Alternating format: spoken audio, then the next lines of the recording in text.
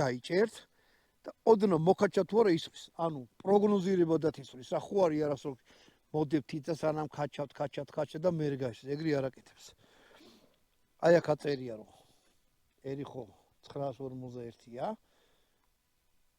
პესელი აქ აწერია რომ ისრალისა დანარჩენი აბა რა გითხათ ით გაგახაროთ ლამაზი იარაღია ვისაც გილოცავთ ვისაც არაღათ გეყიდოთ იაფიანი იარაღი არ არის საკმაოდ ძვირი იარაღია და ხარისხიანი ბევრ ქვეყნის შეიარაღება საქართველოს შეიარაღებაშიც არის ესეთი იარაღები ჯარში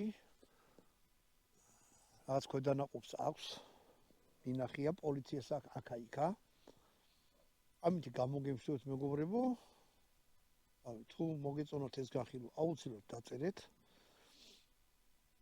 ეს იყო ერიხო 950 პესელის განხილვა კარგად ვზანდებოდეთ